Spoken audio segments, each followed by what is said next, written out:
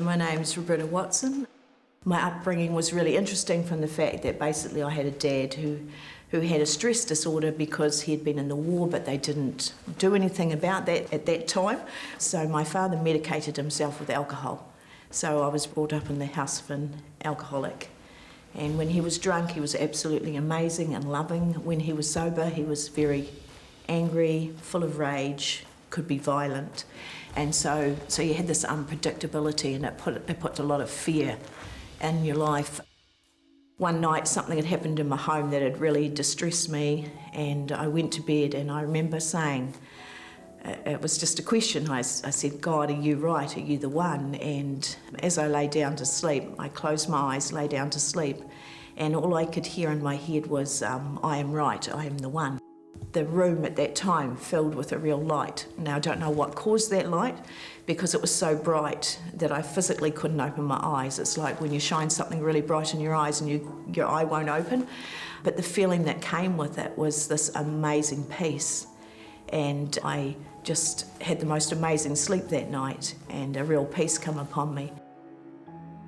I knew that God had shown himself real to me, but I didn't know what do I do next.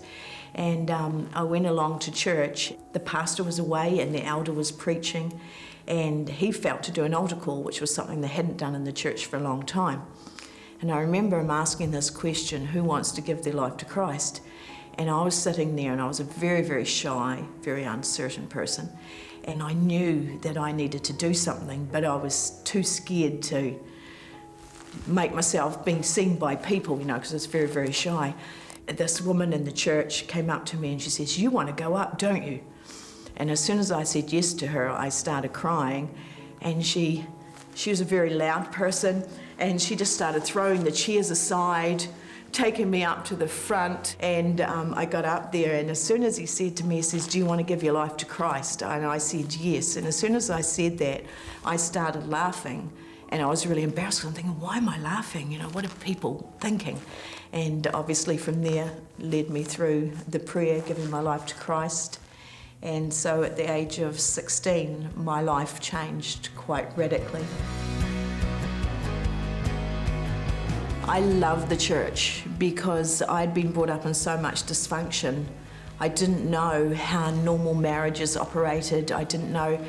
It was a shock to me that parents talked to their teenagers. It wasn't what it was like at my house. And being part of a church, I think people don't realise how important it is for people like me that come from dysfunction, because I learn from watching you have conversations. I learn watching husbands and wives talk together. You actually learn, oh, this is how life is meant to be. This is what it's meant to be like. And so I suppose I had a love for the church very early on, and so just wanted to be part of it. The thing I love about pastoring, it's seeing people get breakthroughs. I still get tearful when there's an altar call and people go up and give their lives to Christ, and I never want to get used to that, because that to me is the greatest miracle of all, is someone coming and laying down their life and their eternity is settled, but they've also now got the opportunity to change where their life was going. Those kind of things, they're the moments.